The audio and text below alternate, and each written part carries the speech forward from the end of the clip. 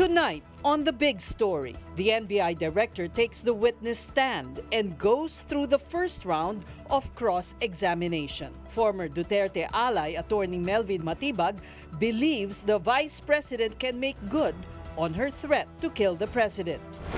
While her trial is ongoing, VP Sara goes on another overseas trip, which Malacanang says has clearance and is considered personal travel. President Marcos has condemned the Chinese Coast Guard's attack on Philippine Navy personnel yesterday, but Beijing is telling a very different version of the incident. And former House Speaker Martin Romualdez denies he is attempting to leave the country to escape looming plunder charges over the flood control scandal. Good evening, I'm Ces Orenia Drilon. Day 8 of the historic impeachment trial of Vice President Sara Duterte and NBI Director Melvin Matibag takes the witness stand for the prosecution. For him, the VP's remarks against President Marcos back in 2024 were not mere threats, but a live plan to kill him. Here are snippets of the much-anticipated appearance at the impeachment court of Matibag, who was once an ally to the Dutertes.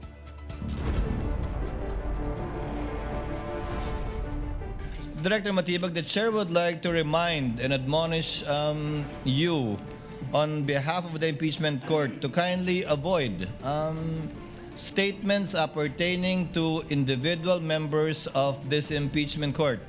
Without prejudice to any investigation you're undertaking, you may do so, but without need of issuing statements that may impinge upon the independence and or integrity of the court or the individual senator judges. And for this reason, for your information as well, Attorney Director Matibag, these statements made by Senators Senator Judge Alan Peter Cayetano and Senator Judge Pia Cayetano last July 15 pertaining to statements made by you and the video presented in the impeachment court shall be referred to the Senate as a legislative body and referred to the appropriate committee, specifically the Rules Committee, for its proper disposition and for the matter to be taken up thereat, and not in this impeachment court. I hope you will hear and understand, Director Matibag, the Yes, Your reminder Honor. and the admonition of the chair. Yes, Your Honor. Thank you, Director Matibag.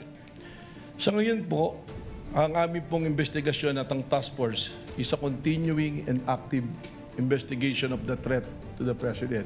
Meron po tayong mga leads natin pong sinusundan at katunayan, we already have established persons of interest na maaaring makapagturo o tumukoy dun sa taong kinausap ng ating Vice Presidente o maaaring isa rito sa tinatawag nating persons of interest ang siyang talagang nakausap ng Vice Presidente. Hindi po nangangahulugan na sila na mismo ang kinausap. Kapansin-pansin po na makikita natin na nanggagaling sa isang pamilya ang pagbabanta sa ating Pangulo at parehas na nag-refer sa ulo ng Pangulo. Kung kaya naman, iniisip po ba namin kung meron bang kasabwat o may sabwatan sa pangyayaring ito? Isang ulo lang naman ang kailangan namin, ang ulo ni Bongbong Marcos! Dito lang nga po na makikita ng naging pagbabanta ng ating Vice President ay nagkaroon po ng tinatawag natin na epekto. It is a kinetic force na kung saan yung mga nakarinig ng kanyang pagbabanta ay gumagaya na rin at nagbabanta. Lalong-lalo na sila ay nabibilang sa isang pamilya na nagpatunay na ang banta ay seryoso. Katunayan po, ang aming investigasyon ngayon ay tumawid na sa hindi banta kundi isang plano talaga na patayin po ang ating Pangulo ng Pilipinas.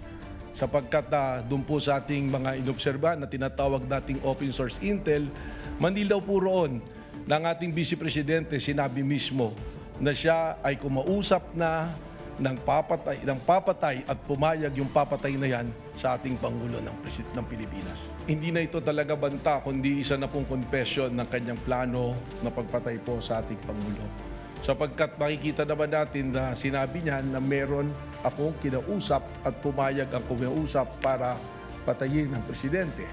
With the permission of the Council of the Parties, Chair would like to clarify for the record and for the Senator Judges that the investigation conducted by the NBI in November of 2025 the witness was not yet the director at that time, but he can testify as to the fact that the agency he now heads conducted the investigation, but not as to the truth of the investigations conducted at that time, but as to the fact that investigations were conducted only.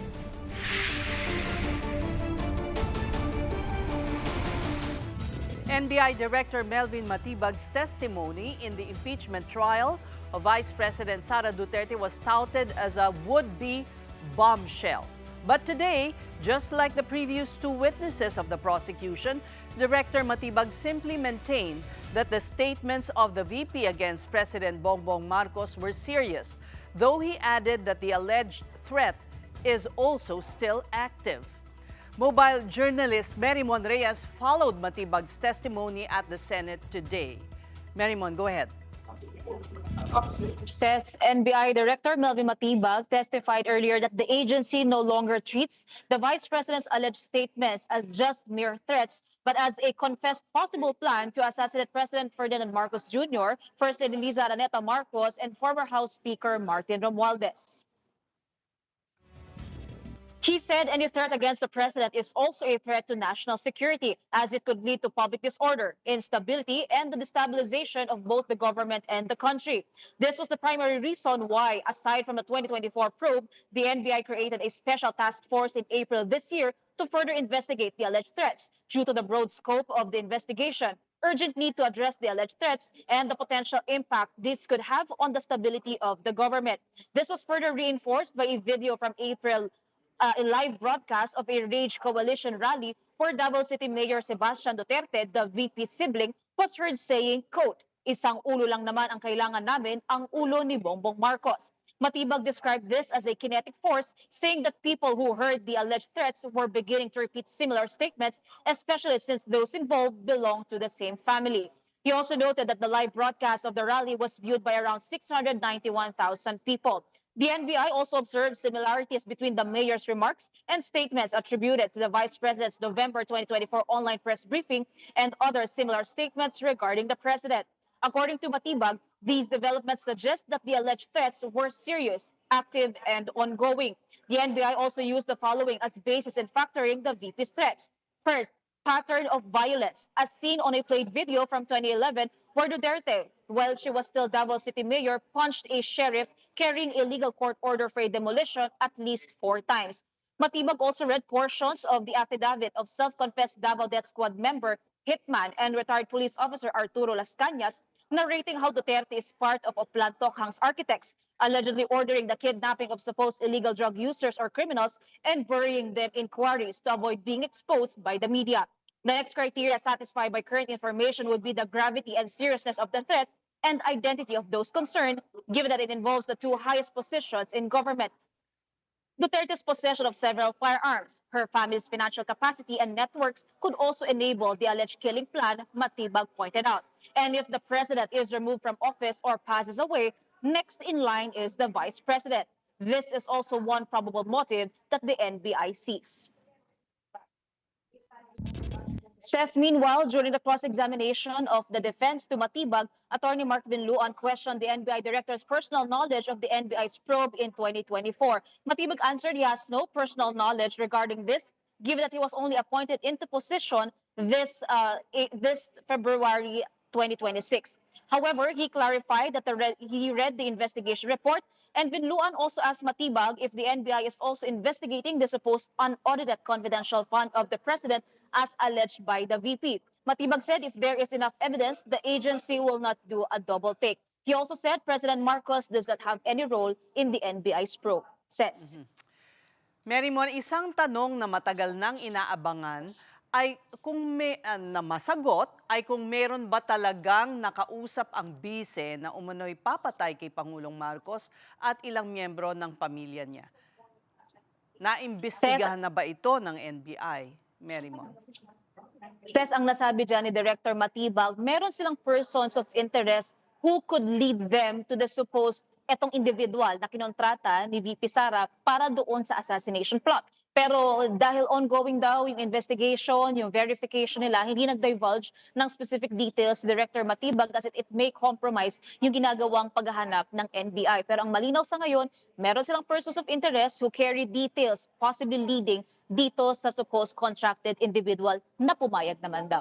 Says. Mary Mon, tinututulan ng defense ang affidavit ni Arturo Las Cañas, yung dating self-proclaimed member ng so-called Duterte Death Squad. Bakit nga ba hindi ito notarized at tinanggap nga ba ito ng impeachment court? Says nag-present kanina yung itong ang affidavit nila Cañas, pero ito rin daw, nilinaw nila, ay submitted din sa International Criminal Court or ICC. And ang sinasabi ni lead prosecutor Jervy Luistro, hindi daw na necessarily na kailangan notarized yung ipinadala nila sa ICC. Pero nung tinatanong itong specific document talaga na hawak ni Matibag, ang nasabi ni Matibag dito, it is relevant daw sa continuing investigation ng NBI, itong special task force nila, noting that it is considered in establishing a pattern of violence. Kumbaga ito yung outsourcing na ginagawa nila bilang bahagi ng ginagawang investigasyon. Ito ay tinanggap naman ni Presiding Officer Senator Chis Escudero, pero nililinaw na yung mga sasabihin ni Director Matibag patungkol dito ay may kinalaman lang sa ginagawang pagre-review at pag-investigate lang ng NBI at hindi raw sa pagpapatotoo ng allegations na nilalaman ng affidavit ni Las Cañas. Says. Mary Mon, may bagong schedule ang paglilitis simula pagkatapos ng SONA. Ibahagi mo sa amin itong bagong schedule. Says, bale, ang mangyayari Monday next week, napag-usapan din ng mga senator just sa kanilang sinagawang caucus dahil may State of the Nation address si Pangulong Marcos. Walang impeachment trial Monday next week. Tuesday next week wala rin dahil counter SONA naman daw, part ito ng tradisyon ng minority pagdating sa SONA. And then Wednesday, tuloy ang impeachment trial pero iba na ang schedule. As agreed, 10 a.m. to 3 p.m. na ang schedule ng impeachment trial proceedings. Ito na yung applicable August onwards. And then ang session sa Senado, that also includes the committee hearings and such, 4 p.m. onwards na. Pero ang sinisiguro naman ni Senator Escudero, may breaks naman daw at lunch break for call of nature at para makapagpahinga-hinga at makakain din itong mga taong nandito sa impeachment trial. Says. All right, thank you for your reporting, mobile journalist Mary Mon Reyes. Now let's break down day 8 of Vice President Sara Duterte's impeachment trial, and joining us tonight is University of the Philippines College of Law Professor Gwen Garcia de Vera. Good evening, Dean de Vera. Good evening, Ses. Thank you very much for the invitation to join you this evening. All right, the prosecution presented its final witness pertaining to Article 4. How did he fare? Well, subject to the continuation of his cross-examination tomorrow, at tomorrow's proceedings, I thought that Director Matibag acquitted himself quite well, considering, of course, his extensive experience in government and also as a lawyer and also as an academician. He served as a law dean previously. Well, he was really hyped by the prosecution in various press conferences, but today he did not reveal the identity of the so-called assassin. That's right. I think that's what we were expecting. I think earlier today, there was mention of yung ang tawag natin pasabog, no, na magkakaroon ng pasabog sa Senate impeachment trial ngayong hapon. It could be referring to the identity of the alleged hitman, no, that had been hired. I'm not sure if it is sufficient, no, to meet that level of anticipation that he did mention that in his assessment he is 100% sure that such an engagement, no, took place, that indeed the Vice President must have already hired a hitman based on her own declaration in the video that has been repeatedly presented in the course of the impeachment trial. Right. The prosecution makes much of the fact that this is an admission against interest, and Director Matibag also said it's practically a confession. Is this correct? I would not say that it operates as a confession as we understand it in criminal procedure for purposes of establishing guilt, no, for criminal conduct. Because grave threats, which is a subject of the article, is also penalized under the revised penal code. But I think both the prosecution and the witness also tried to emphasize that what is sought to be established in impeachment proceedings is not guilt of criminal conduct, but rather essentially the question for each senator judge to determine is the fitness of the public official to continue in office. No? Kaya nga po, there was repeated reference to betrayal of the public trust. So betrayal of the public trust for purposes of conviction in impeachment does not require, for example, proof beyond reasonable doubt of the criminal offense that may be closely related, no? Or is the basis for saying that there has been betrayal of the public trust. And in fact, the framers of the Constitution have essentially explained, no, that betrayal of the public trust doesn't have to be based upon there being criminal conduct or that criminal conduct has been established. It is sufficient that the conduct of the public official is of such gravity, of such bad faith, for there to be a determination that they can no longer discharge their function and that they should no longer be permitted to remain a day further in their position. The defense showed an infographic from a leading newspaper that showed the high trust ratings of the VP in a survey as compared to the president. And in so doing, as if suggesting that this does not equate to betrayal of public trust because she enjoys high ratings in the public sphere. I think it is our duty to explain, Dean, what's the difference between the two. They are not, they should not be equated. Is that correct? Yes, they shouldn't be equated. Of course, these surveys serve to establish what apparently is the level of trust. But there are, as I understand it, different factors that are considered in terms of the question, how the questions to the respondents are framed. And those will not necessarily have any connection with what we call betrayal of the public trust. If you'll allow me, Cess, I just found it. No, this is how betrayal of the public trust is understood. It refers to acts which are just short of being criminal, but constitute gross faithlessness against public trust, tyrannical abuse of power, inexcusable negligence of duty, favoritism, gross exercise of discretionary powers. In other words, acts that should constitute betrayal of public trust as to warrant removal from office may be less than criminal, but must be attended by bad faith and gravity and seriousness as other grounds for impeachment. So ultimately po, ang tinitingnan natin ay yun pong kung karapat-dapat pa magpatuloy sa tungkulin, no? And not necessarily popularity, which may be part of what drives the rating, no, the trust rating of a particular public official. But parang kabalintunaan rin po na she enjoys high trust ratings even if she may have betrayed the public trust. How do you communicate this to those who continue to support her?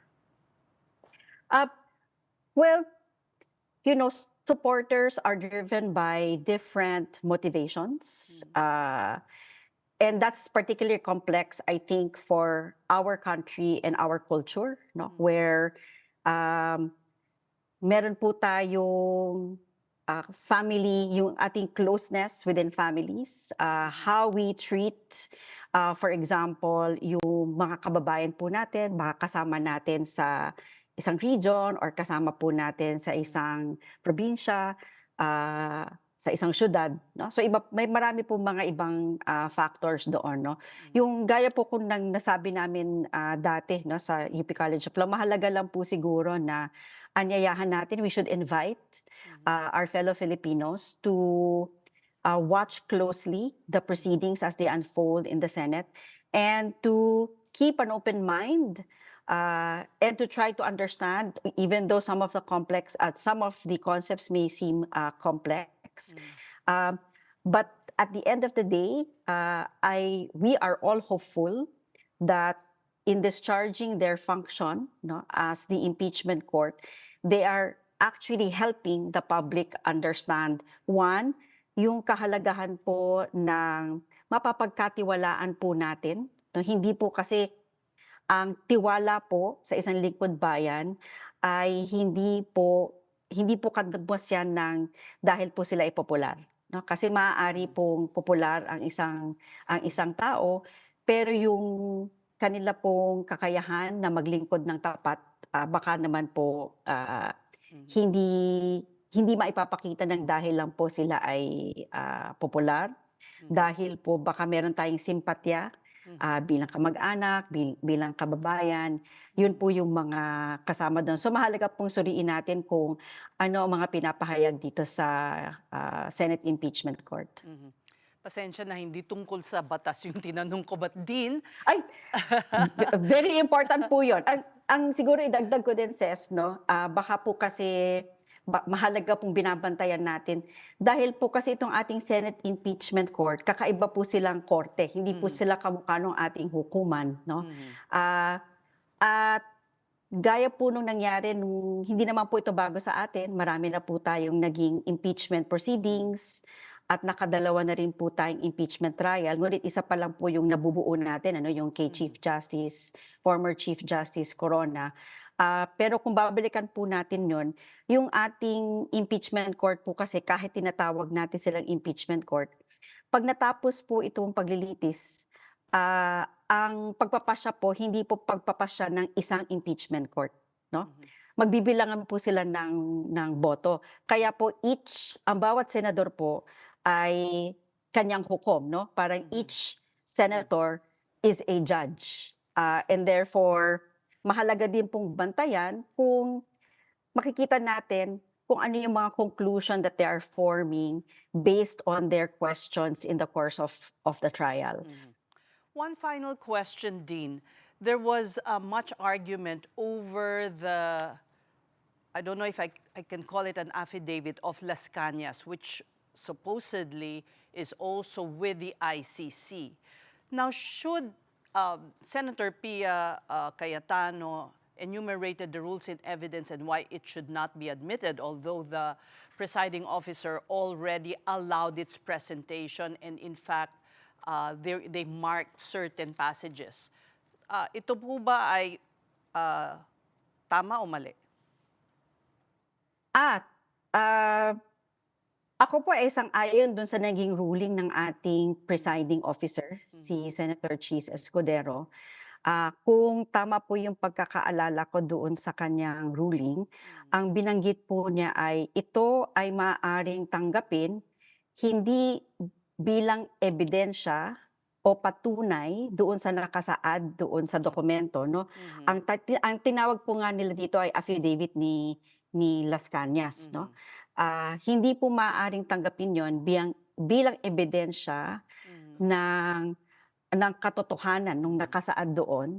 Ngunit maaari po itong tanggapin, no, bilang bahagi ng testimonya ni Director Matibag patungkol doon sa patuloy na investigasyon nila. Okay. No, kasi kung maalala niyo po, ito So yung that binanggit distinction niya. is clear. That distinction is Opo. clear.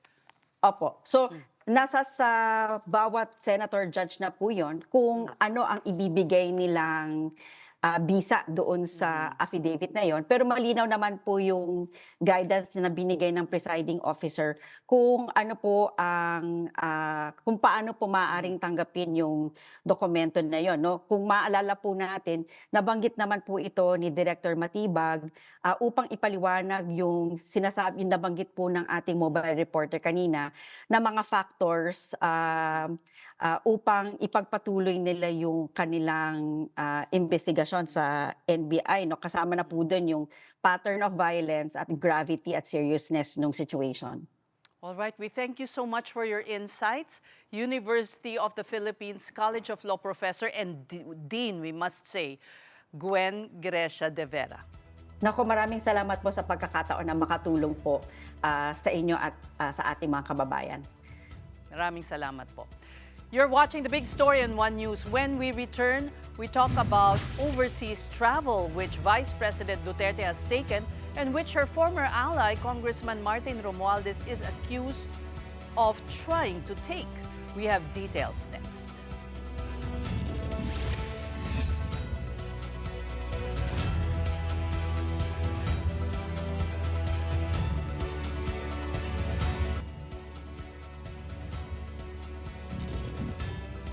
I accept this responsibility with full awareness of the weight of the command and with an unwavering commitment to faithfully uphold the Constitution, protect the Filipino people, and defend the sovereignty and integrity of our Republic. Lieutenant General Antonio Navarrete there, the new Armed Forces Chief of Staff. He replaces General Romeo Browner Jr., who retired today after completing a fixed 3-year term.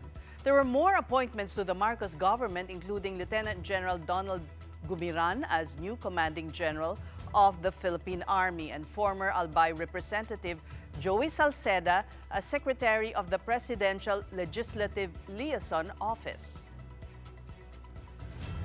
You're still watching The Big Story. Former House Speaker Martin Romualdez has no plans of leaving the country, according to his spokesperson, Attorney Elaine Atienza. Atienza's remarks came after Assistant Ombudsman Miko Clavano said that Romualdez has attempted to fly out of the Philippines. That's amid the precautionary whole departure order against him. Atienza insists Romualdez intends to face head-on possible plunder and money laundering complaints before the Office of the Ombudsman over the flood control scandal. She noted, though, that there is no criminal case filed at the Sandigan Bayan, so the lawmaker does not have the opportunity yet to respond to the allegations. We deny, in the strongest possible way, any insinuation that Representative Romualdez has attempted to evade the legal process. Uulitin po namin, kailanman ay hindi nagtago si Representative Romualdez. Siya po ay nasa bansa at mananatili sa bansa until such time that he will be able to clear his name. Here's someone who is confirmed to have left the country, Vice President Sara Duterte. The Office of the Vice President said their head will have stops in Qatar, the United Kingdom, and the Netherlands. Duterte's itinerary includes both official and personal engagements, and the OVP emphasized that no government funds will be spent during the travel.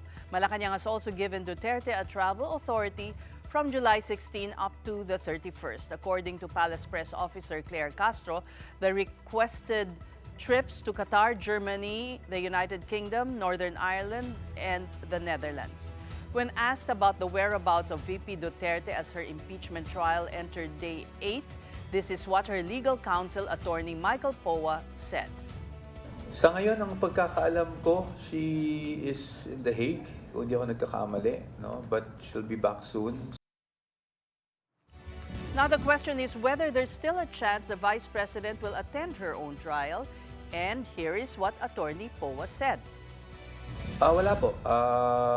Sa ngayon po, sa pagkakaintindi ko, wala pa naman ganung plano pumunta dito in person. And we now discuss all these developments with Attorney Sal Panelo, former Presidential Legal Counsel, joining us here in the studio. Thank you, Attorney Sal, for coming to the studio. My pleasure. Derecho from the impeachment trial. Yes. Now, before we go to what happened today, let me ask you about yesterday. It's a major win for the prosecution, don't you think? And a Which blow. one?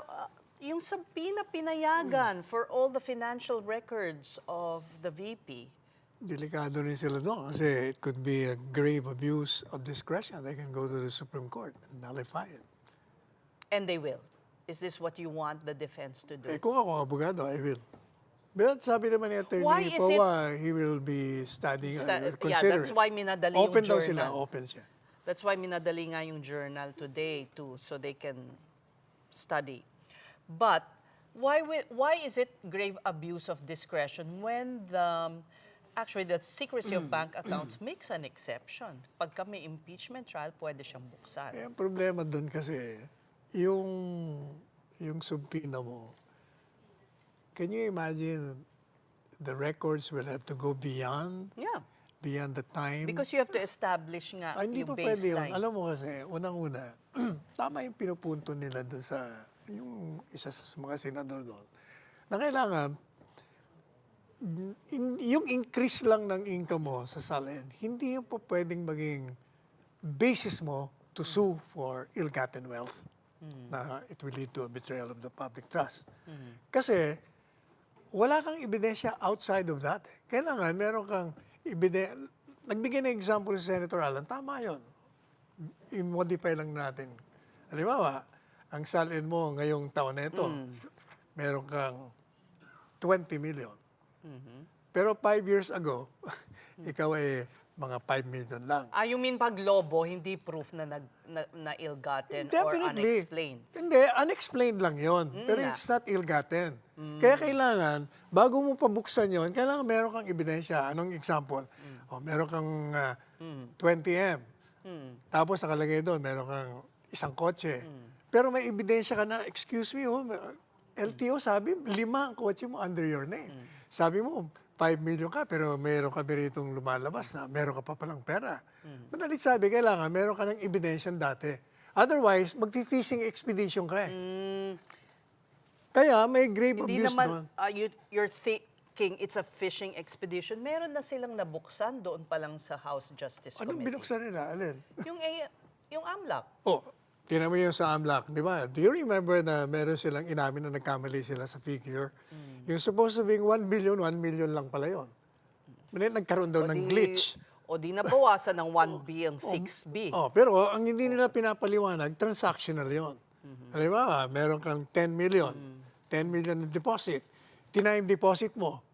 Yung 10 million na deposit mo, that will be recorded kasi over $500,000. So may isang transaction ka na. Pag tinime deposit mo, another transaction yon. Parang Pag nado-double. tinanggal mo, hindi lang double. Ibinalik mo, triple ka. Okay. So you're saying you are confident that the records are not indicative. Of course. You are Sa tingin ko, confident. kasi You are confident. Okay. any taxpayer will not be putting there an item that he or she cannot justify or explain. Let's go to what you have been criticizing as the exasperating pace. Yes. But can you not also fault your own allies in the Senate for, consuming all this time, sometimes with personal concerns? No. Kasi when they stand up to defend themselves, that goes to the very integrity of these people. And that goes for the integrity of the entire court. Pag sinira mo yung mga judges, masisira mo yung integrity ng hukuman. Ang sinisisi ko yung presiding officer because he allows lengthy speeches na hindi naman dapat. Mga improper yun. Like yung umpisa pa lang, meron na kagad speech. Magpipresent ka You lang. mean of the prosecution? Of the prosecution. Sasabihin mo lang na, Your Honor, we are withdrawing 3 witnesses because we feel na hindi na Atty. kailangan. Kapunan. O whoever she is. But the point is, you allowed it. Alam mo, after that, in-interview ako, binanatan ko sila lahat. Sabi ko, hindi ko maintindihan itong presiding officer na ito pumayag. Ito naman. The following day, sa kanila na-realize na mali pala. So they consume many hours discussing it.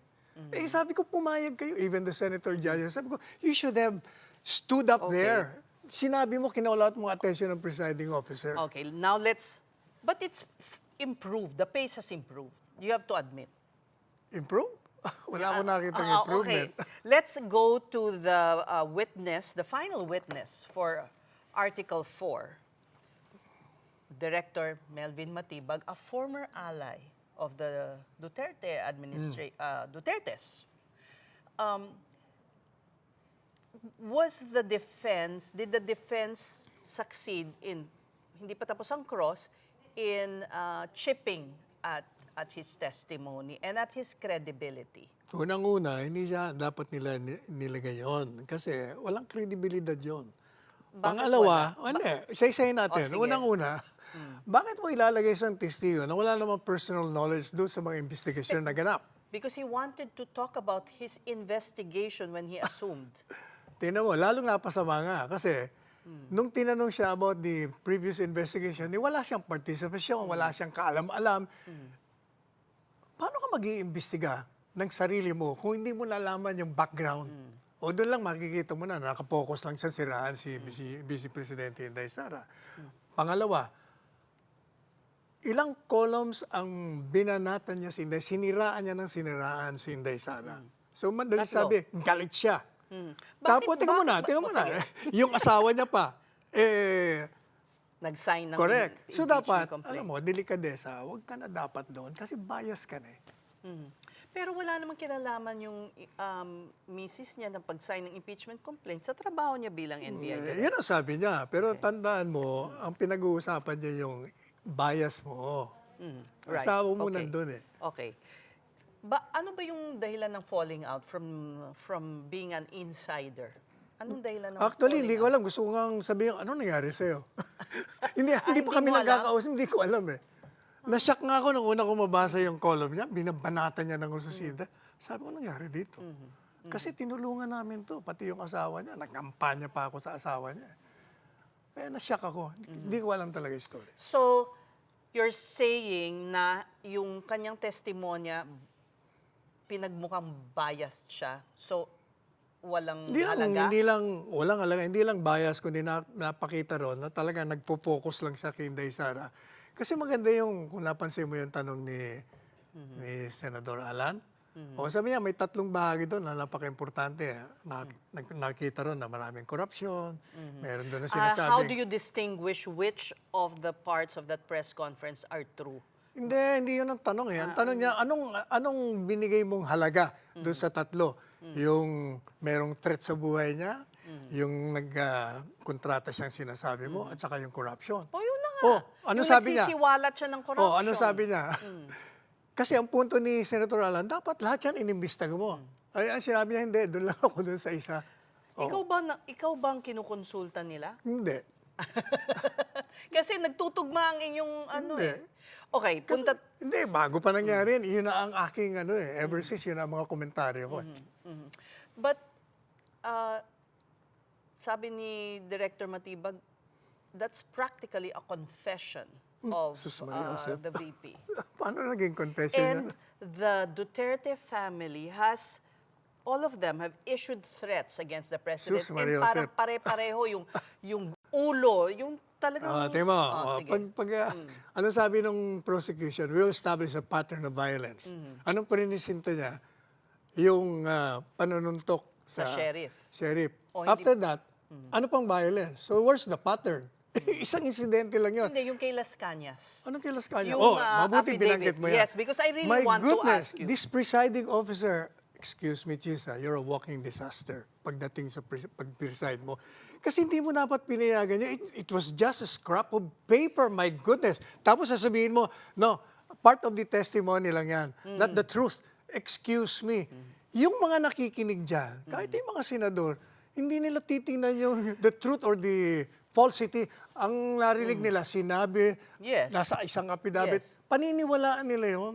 Dapat Yes. talaga in-exclude mo yon. But the impeachment court is not like an ordinary court kasi, That's diba? not an excuse to allow irregularities in the proceeding. It was used to show that this was a source of information in their continuing investigation. Tingnan mo Number one, Sabi nila, affidavit. Hindi nga, unang-una, hindi pirmado.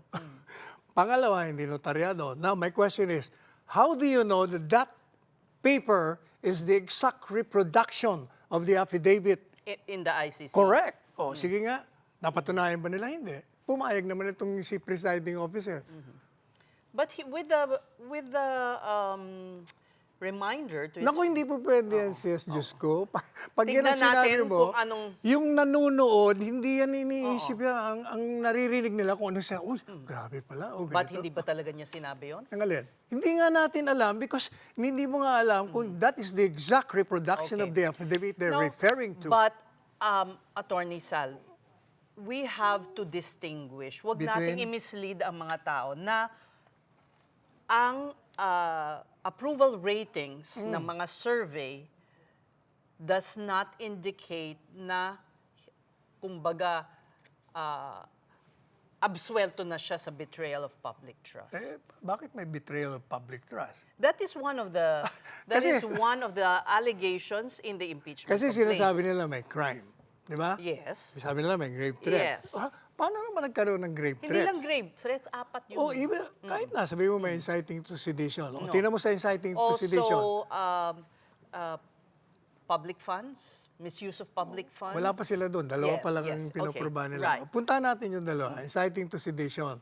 Sabi nila, kaya nila pinail kasi ito, sabi niya, lilikha ito ng gulo, ng chaos sa taong bayan.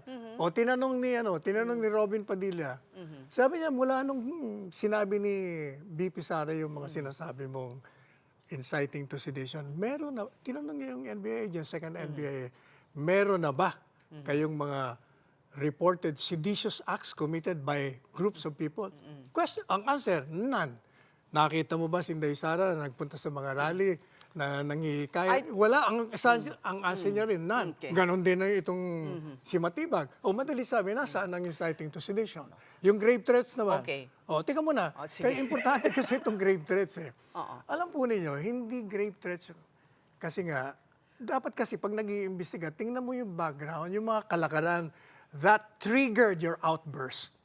May outburst na yun eh. Kasi nga grabe na. That does not excuse No. it. Kailangan makita mo yung context para hindi mo sabihin na, talagang papatay ito. Talagang nagplano ito. Di, madali sabi, nagsalita siya because may threat sa buhay niya. In answer to a blogger's question, anong ibig sabihin ng ginawa niya? Ang ibig pong sabihin niyan, nagsusumbong siya sa bayan na mayroon pong threat sa buhay ko. Kung ako po'y mapatay dito, itong tatlong ito, ang pinaghihilaan ko, pagigantihan niyo ako, bigyan niyo ako ng katarungan. That's one. Pwede rin na, papatayin niyo ako, patayin ko rin kayo. O, parang tinakot niya rin. O, So ganun you're lang yan saying, ito yung argument mo, VP Sara's remarks in her press conference were just hypothetical. Yes, sinabi niya nga, kung mapatay ako. Ano pong tawag mo doon?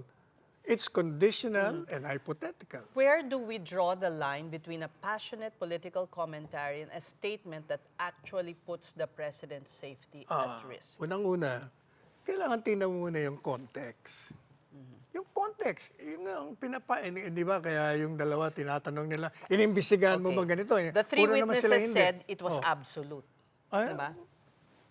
Okay. But again, we have to Conclusion lang yan. distinguish that high popularity ratings or high approval ratings do not absolve you from betrayal of public trust. If Assuming that there is a betrayal of Yes, public trust, but- precisely because mataas ang rating niya, because hindi sila naniniwalang may betrayal of the public trust, hindi sila naniniwalang may grave threats, hindi sila naniniwalang inciting to sedition.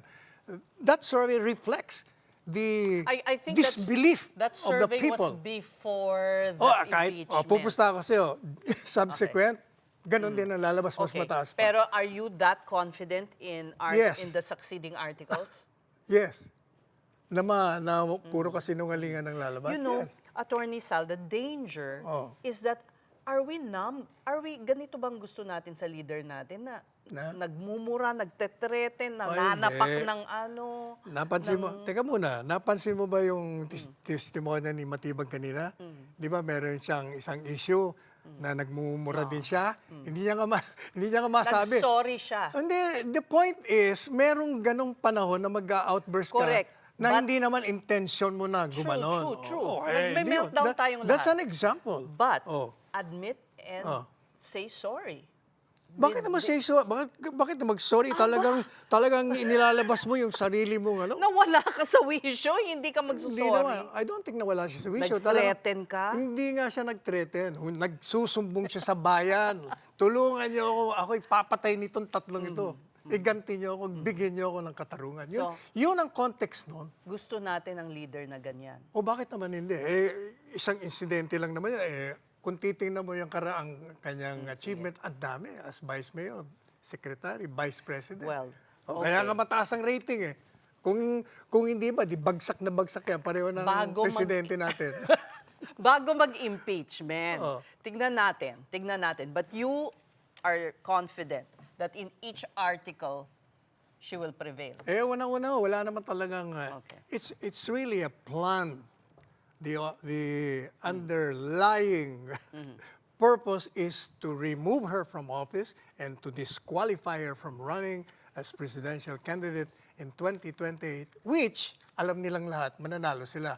At pag nanalo sila, may problema sila. If she is convicted, let's just say, would Robin Padilla be the next? Unang-una, it will never happen, the conviction. They need 16 votes.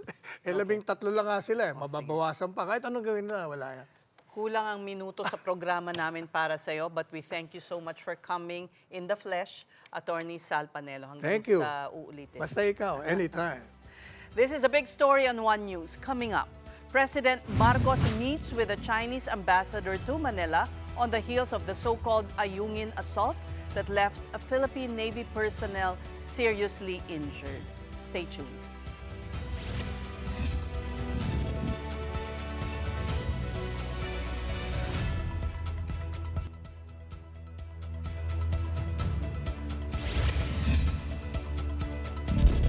Sa ngayon po, ang aming pong investigasyon at ang task force is a continuing and active investigation of the threat to the President. Meron po tayong mga leads natin pong sinusundan at katunayan, we already have established persons of interest na maaaring makapagturo o tumukoy doon sa taong kinausap ng ating Vice Presidente o maaaring isa rito sa tinatawag nating persons of interest ang siyang talagang nakausap ng Vice Presidente. Hindi po nangangahulugan na sila na mismo ang kinausap. Kapansin-pansin po na makikita natin na nanggagaling sa isang pamilya ang pagbabanta sa ating Pangulo at parehas na nag-refer sa ulo ng Pangulo. Kung kaya naman, iniisip po ba namin kung meron bang kasabwat o may sabwatan sa pangyayaring ito, ang naging pagbabanta ng ating Vice President ay nagkaroon po ng tinatawag natin na epekto. It is a kinetic force na kung saan yung mga nakarinig ng kanyang pagbabanta ay gumagaya na rin at nagbabanta, lalong-lalo na sila ay nabibilang sa isang pamilya.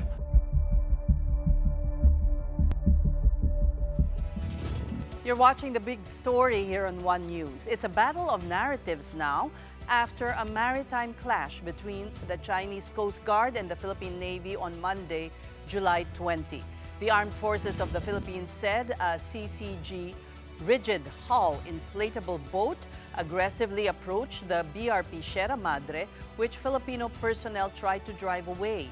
Instead of retreating, the AFP said Chinese personnel struck their Filipino counterparts with wooden batons. This left one Navy serviceman with a severe head injury.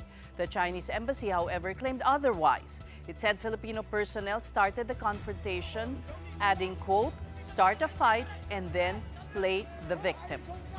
The embassy also accused the Philippines of provocations and false propaganda and vowed to continue patrolling the disputed area.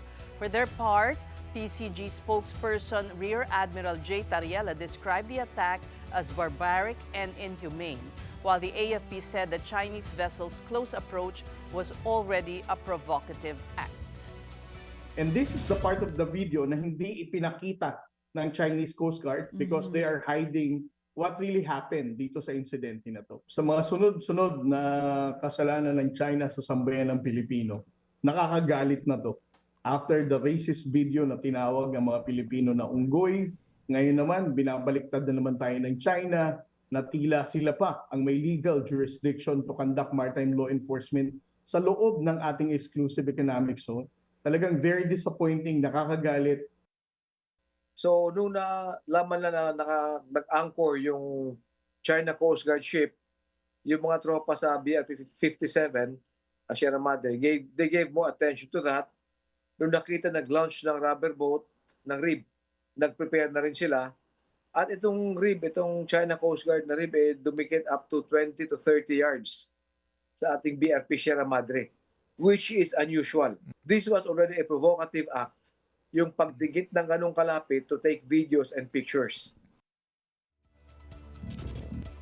Meanwhile, the U.S. Embassy condemned China's actions as dangerous, escalatory, and a direct threat to regional stability.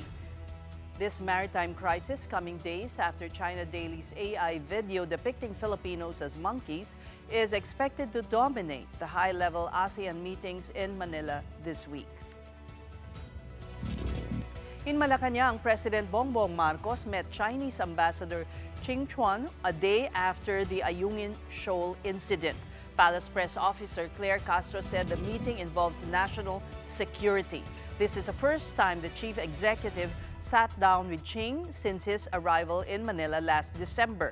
Marcos also condemned the violence against the Filipino Navy personnel. Castro said the president does not accept such actions and will continue to address them through diplomatic channels. Here's what Castro had to say about the Chinese embassy's account of the incident. Kung ano po ang kanilang naratibo, ganyan po ang kanilang maaaring sabihin. Hindi po natin to saklaw.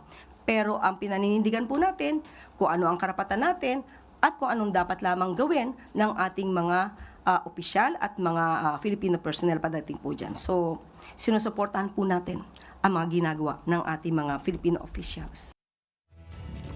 Despite the latest confrontation, the Marcos administration says it will continue to assert the country's rights in the West Philippine Sea through diplomatic means. Sa panahon po ngayon ay kailangan pong aralin din ng Pangulo pero hindi po nadadaan sa dahas ang anumang pakikipaglaban sa karapatan. Hindi pinag-uusapan dito ang laki ng iyong teritoryo, ang lakas ng iyong puwersa, kundi pakikipaglaban sa katotohanan at kung ano ang iyong karapatan.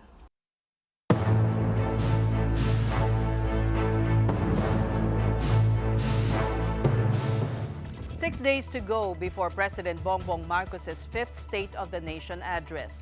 Malacanang says preparations are in full swing for a simple program on Monday, July 27. Palace Press Officer Claire Castro said there will be no celebrity performances. Instead, the award-winning PCSO Chorale will sing the national anthem before the President delivers his address. The broadcast will be produced by state-run RTVM. Former presidential spokesperson Mike Toledo said he expects the president to make a major announcement during his SONA. Sa aking pananaw, magkakaroon ng isang major let's say announcement in the SONA related to the flood control project. Kasi pag hindi, medyo magbabackfire yan. Meantime, the PNP has confirmed members of the Iglesia Ni Cristo will hold a gathering on the day of the SONA. This as the church marks its 112th founding anniversary. Iglesia Ni Cristo will be holding ang kanilang pasasalamat day for July 27. So mga laking gathering din yon. We need to secure that gathering. Our no rally zone, we have our barriers, we have our CDM, etc. Name it, nandun lahat. More than 20,000 police personnel will be deployed across Metro Manila to secure the SONA, public protests, and key sites. The PNP is also stepping up measures against fake news, online scams, and possible cyber attacks as the nation tunes into the President's annual address. And here's one inspiring story before we go. While most 5-year-olds are just getting ready to learn their ABCs, a young boy is already perfecting a second language to serve as a voice for his parents. This story from mobile journalist Daniel Daya. A 5-year-old boy from Nueva Ecija has touched the hearts of Filipinos online after he was seen using sign language to communicate with his deaf mother. According to his aunt, the viral video was never intended for social media. She says she simply recorded the moment through their home CCTV after their relatives noticed how Jacob naturally communicates with his parents. Jacob po kasi both parents na po is deaf. So, pareho pong may hard of hearing, and then yung about po dun sa viral video na pinost ko, parang nakatuwaan ko lang po na i-record sa CCTV. Siyempre, since mabilis po yung kamay, hindi makasunod, so hindi namin maintindihan. So, ayun po, nakatuwaan lang po i-record. With both of his parents deaf, Jacob was introduced to sign language as early as 4 months old, continuing to hone his skills as he grew up. Si Jacob po is very expressive po kasi siyang bata. Since hindi naman nakakarinig kasi yung magulang niya, sa kanya na po mismo nanggaling na sobrang love daw po niya yung parents niya, kaya nag-aral din siya ng sign language. But growing up between the deaf and hearing communities also comes with challenges. During school activities, his grandmother would often accompany Jacob, helping his family communicate with teachers. Ang pinaka-struggle lang dyan is, halimbawa kapag lalabas po silang family o kaya sa school, kasi kailangan syempre, halimbawa may mga meeting po yung magulang, yung setup namin is kailangan kasama pa rin yung lola ni Jacob, sama pa rin pong nakakapagsalita or nakakarinig na adult.